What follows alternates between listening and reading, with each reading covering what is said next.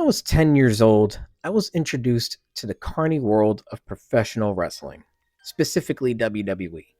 I was smack dab in the middle of the ruthless aggression era, and the first wrestler that I remember seeing perform was Eddie Guerrero, and I was hooked since. 21 years later into my life, I haven't looked back. At the time, I never missed an episode of Raw or SmackDown, unless, of course, I was grounded for bad grades, or whatever the case may be that arise at the time.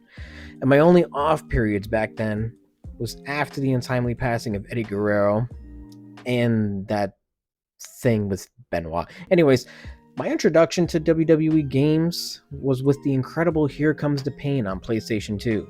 At the time, I thought the graphics were incredible. I thought the roster was even robust. And I thought the gameplay was spectacular. I mean, one of the things that stood out to me the most was the fact that you can climb the SmackDown fist and even fight in Times Square.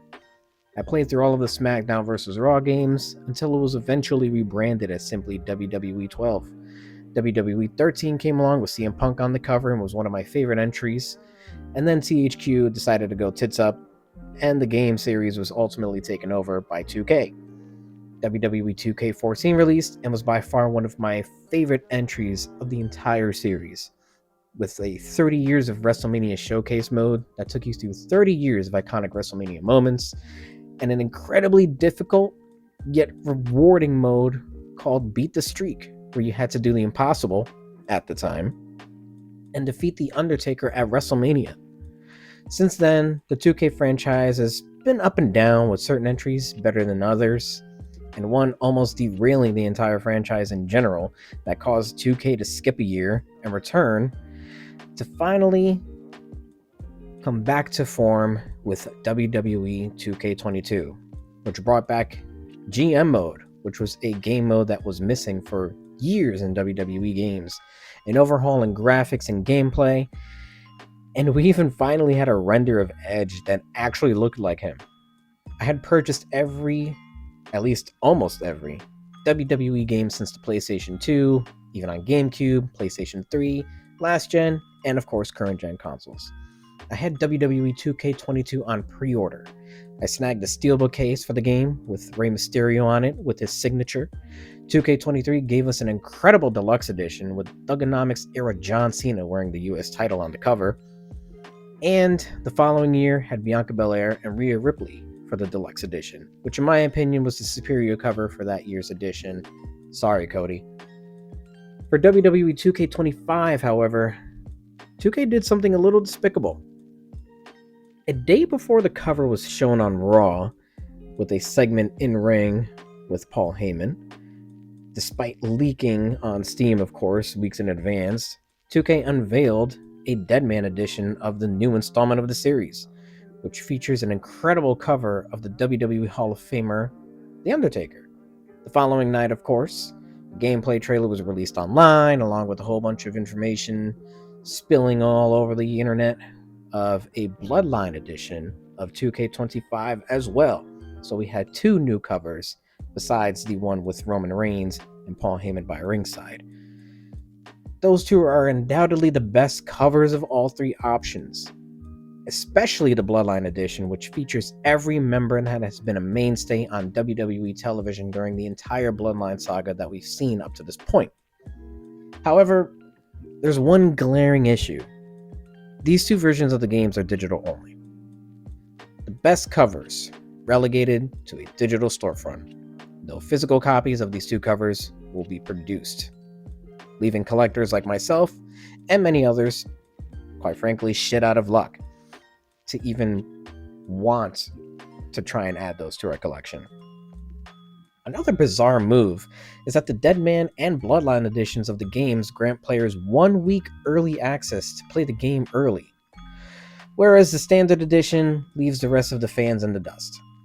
My third point, for the second year in a row, Uncle Howdy is not in the game upon launch. He, along with the remaining members of the Wyatt Six, are relegated to pre-order bonuses. Lastly, another despicable move is The Island, a new game mode being introduced to the WWE 2K franchise, similar to what we see in the NBA 2K games with The City. However, the island is only exclusive to PlayStation 5 and Xbox Series X players, leaving anyone on PC, PlayStation 4, or Xbox One exiled from being acknowledged by their fellow pro wrestling counterparts. This is all clearly a business strategy implemented by 2K to entice fans and gamers to buy strictly the current gen versions of the game, meaning consoles, PS5 and Xbox Series X, and to spend more money on the digital editions to claim exclusive cosmetics, mainly for the island, virtual currency, which can be used, of course, in my faction to buy card packs, early access to the game, as I mentioned before, 1 week early, and other features not available to past gen consoles or anyone who buys the standard edition. It's no secret that digital media has surpassed physical media in today's world, but in a day and age where certain TV shows or films aren't available to watch on streaming platforms, this is sometimes where things get a little tricky. Not to mention, buying digital games or movies doesn't mean you own this content. You only have a license to these items. Once these items are delisted or are no longer available, you won't be able to access anymore. I went on Steam and I tried to search up WWE 2K25, which isn't relatively old, but it's since been delisted, especially since these servers for the game are no longer active, being that 2K24 is the game that's current, and now with 2K25 coming out, 24 will be obsolete probably by this time next year. So what exactly does all of this mean? Well, nothing really, because regardless, I'm gonna buy the freaking game. It's already on pre-order on Amazon. Unfortunately, I have to go with the standard edition option, being that the Deadman edition and the Bloodline edition are digital exclusives only. I had a feeling with at least the Bloodline edition that it would be, considering if we look at the games of past, whereas the 40 years of WrestleMania edition was strictly digital only. And then with 2K22, they had the NWO for Life edition, which was digital only.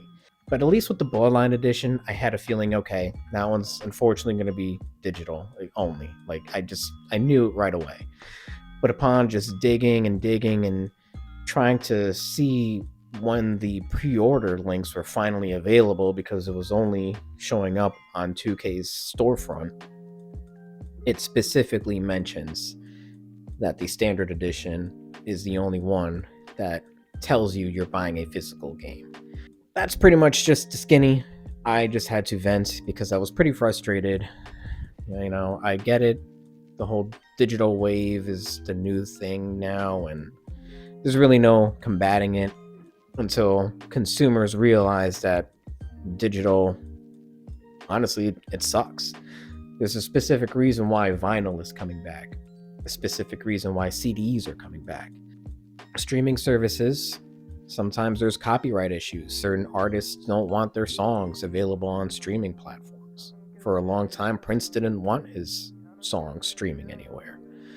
It wasn't up until his death that his estate decided to throw his songs onto streaming platforms, which ultimately was a slap in the face to him because he was going against these companies for not paying artists what they're worth. So ultimately, for those who are collectors, it's a lose-lose situation for us. So we'll just have to go with scraps per se, which is exactly what I'm doing in this situation. Does it suck? Yes, but ultimately, I'm gonna buy it just to add to the collection, play it. Hopefully it's a better game. It allegedly features 300 people on the roster, which is exciting. Apparently chain wrestling is back. Intergender matches are going to be a thing once more, which I don't think we've seen since the early SmackDown versus Raw days on PlayStation 2, if I'm not mistaken. And if I am, please somebody correct me in the comment section down below. If you guys enjoyed this video, please consider giving it a like, hit that thumbs up button, subscribe if you're new. Check out my previous videos. I've done a couple of reviews for Raw, SmackDown, NXT. A couple little tidbits here of different news and information and reviews on shows such as Saturday night's main event. I upload a couple of videos as well from any events that I might go to. I have a few WrestleMania 40 videos on my channel and from previous SmackDowns and Raws and other PLEs that I've been to. In the description box down below, I'm going to leave the link to a playlist for a new series that I started called WWE Weekly Recap, where every Friday or Saturday, I'll sit down and I'll review Raw, NXT, and SmackDown for the week, as well as my Twitter or X, Instagram, TikTok, since we're back, and Twitch. Everything and anything in the description box down below if you want to follow me on the socials. Other than that, like, favorite, share, comment, subscribe, leave a comment. Tell me what you think about this whole debacle. If you're going to buy 2K25, if you're not going to, what you think about the whole digital exclusives for the Deadman and Bloodline edition, any and everything. Sound off in the comment section. I read them all and I'll respond, even if it's stupid. Love, peace, and chicken grease. Thank you all so much for tuning in, and I will catch y'all in the next video. Thank you so much. It was my life, my time, my rights, my rhymes, my grind, my struggle, hustle, sweat in my blood too. I'm ready to smell fear, and I smell a lot. My competitors flex here. They smelled I was hot. I want it all.